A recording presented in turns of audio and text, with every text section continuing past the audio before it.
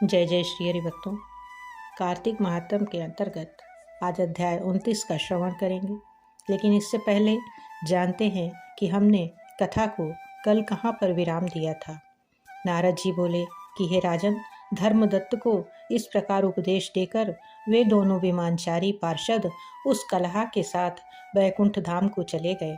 धर्मदत्त जीवन भर भगवान के व्रत में स्थिर रहे और देहावसान के बाद उन्होंने अपनी दोनों स्त्रियों के साथ वैकुंठ धाम प्राप्त कर लिया।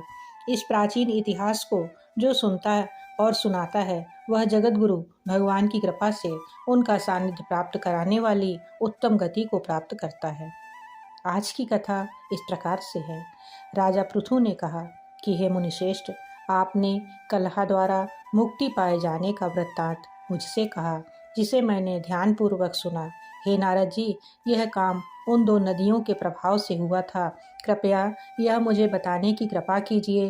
नारद जी बोले कि हे राजन, कृष्णा नदी साक्षात भगवान श्री कृष्ण महाराज का शरीर और वेणी नामक नदी भगवान शंकर का शरीर है। इन दोनों नदियों के संगम का महात्म श्री ब्रह्मा जी भी वर्णन करने में समर्थ नहीं है। फिर भी चूंकि आपने पूछा है, इसलिए आपको इनकी उत्पत्ति का वृत्तांत सुनाता हूँ। ध्यानपूर्वक सुने।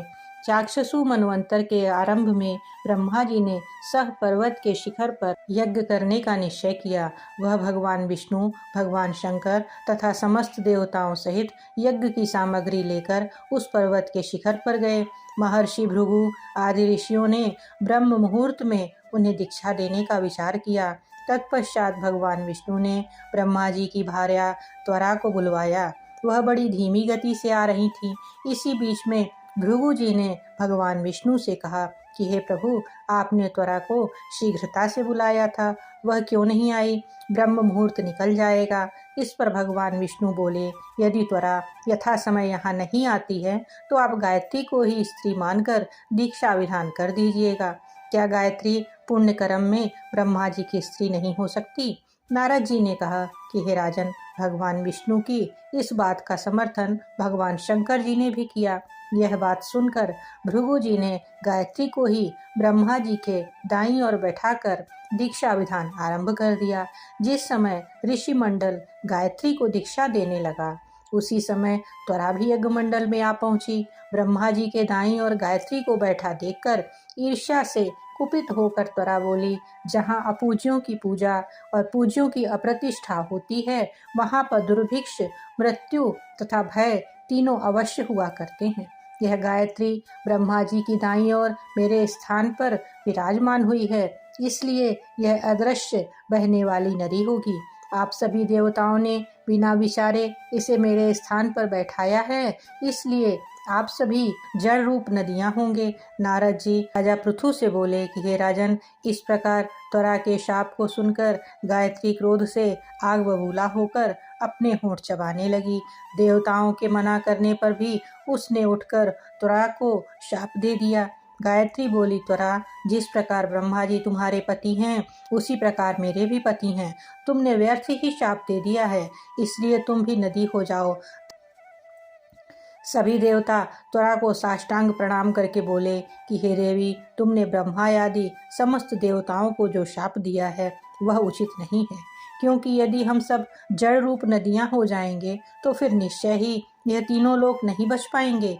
चूंकि यह शाप तुमने बिना विचार किए दिया है, इसलिए यह शाप तुम वापस ले लो। त्वरा बोली कि हे देवगण, आपके द्वारा यज्ञ के आरंभ में गणेश पूजन न किए जाने के कारण ही यह विघ्न उत्पन्न हुआ है। मेरा यह शाप कदापि खाली नहीं जा सकता, इसलिए आप सभी अपने अंगों से जड़ीभूत होकर अवश्यमेव नदियां बनोगे। हम दोनों सौतने भी अपने अपने वंशों पश्चिम में रहने वाली नदियां बनेंगी। नारद जी राजा पृथु से बोले कि हे राजन, त्वरा के यह वचन सुनकर भगवान विष्णु, शंकर आदि सभी देवता अपने अपने अंशों से नदियां बन गए।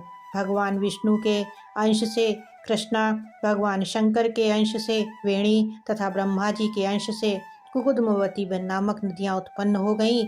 समस्त देवताओं ने अपने अंशों को जड़ बनाकर सह पर्वत पर फेंक दिया। फिर उन लोगों के अंश पृथक पृथक नदियों के रूप में बहने लगे। देवताओं के अंशों से सहस्त्रों की संख्या में पश्चिम की ओर बहने वाली नदियां उत्पन्न हो गईं। गायत्री और तरा दोनों पश्चिम की ओर बहने वाली नदियां होकर एक साथ बहने लगीं। उन दोनों का नाम सावित्री पड़ा। ब्रह्मा जी ने यज्ञ स्थान पर भगवान विष्णु तथा भगवान शंकर की स्थापना की। दोनों देवता महाबल तथा अतिबल के नाम से प्रसिद्ध हुए। हे राजन, कृष्णा और वेणी नदी की उत्पत्ति का यह वर्णन जो भी मनुष्य सुनेगा या सुनाएगा, उसे नदियों के दर्शन और स्नान का फल प्राप्त होगा। आज की कथा को हम यहीं पर विराम देते हुए आपसे विदा लेते हैं। आशा है आप सब कार्तिक मास की इन विष्णुमयी कथाओं को सुनकर आनंद का अनुभव कर रहे होंगे। कृपया कमेंट बॉक्स में अपने विचारों से अवगत कराते हुए जय जय श्री हरि या ओम नमो नारायण अवश्य लिखें। मिलते हैं कल पुनः कार्तिक के नए अध्याय के साथ। जय जय श्री हरि।